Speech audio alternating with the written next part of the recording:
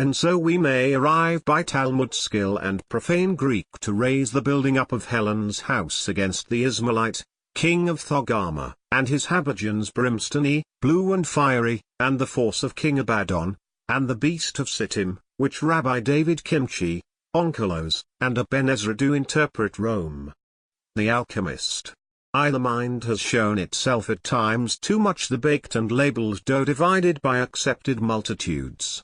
Across the stacked partitions of the day, across the memoranda, baseball scores, the stenographic smiles and stock quotations, smutty wings flash out equivocations. The mind is brushed by sparrow wings.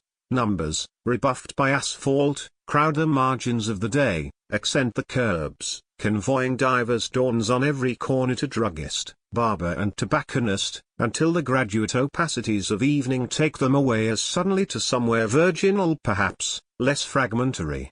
Cool, there is the world dimensional for those untwisted by the love of things irreconcilable, and yet, suppose some evening I forgot the fare and transfer, yet got by that way without recall, lost yet poised in traffic. Then I might find your eyes across a Nile, still flickering with those prefigurations prodigal, yet uncontested now, half rayon before the jerky window frame.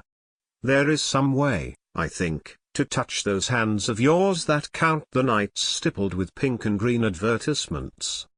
And now, before its arteries turn dark, I would have you meet this bartered blood. Immanent in his dream, none better knows the white wafer cheek of love, or offers words lightly as moonlight on the eaves meets snow. Reflective conversion of all things at your deep blush, when ecstasies thread the limbs and belly, when rainbows spread impinging on the throat and sides inevitable, the body of the world weeps in inventive dust for the hiatus that winks above it, blew it in your breasts. The earth may glide diaphanous to death, but if I lift my arms it is to bend to you who turned away once, Helen, knowing the press of troubled hands, to alternate with steel and soil to hold you endlessly. I meet you, therefore, in that eventual flame you found in final chains, no captive then beyond their million brittle, bloodshot A's, white, through white cities passed on to assume that world which comes to each of us alone. Except alone I riveted to your plane, bent axle of devotion along companion ways that beat, continuous, to Alastair's zero-knee inconspicuous, glowing orb of praise. Two brazen hypnotics glitter here, glee shifts from foot to foot, magnetic to their tremulo. This crashing opera bouffe, blessed excursion. This ricochet from roof to roof, no, Olympians, we are breathless while nigger cupids scour the stars. 1,000 light shrugs balance us through snarling hails of melody. White shadows slip across the floor splayed like cards from a loose hand, rhythmic ellipses lead into canters until somewhere a rooster banters. Greet naively yet intrepidly new soothings, new amazements that cornets introduce at every turn, and you may fall downstairs with me with perfect grace and equanimity. Or, plaintively scud past shores where, by strange harmonic laws all relatives, serene and cool, sit rocked in patent armchairs. 0, I have known metallic paradises where cuckoos clucked to finches above the deft catastrophes of drums, while titters hailed the groans of death beneath gyrating awnings. I have seen the incunabula of the divine grotesque.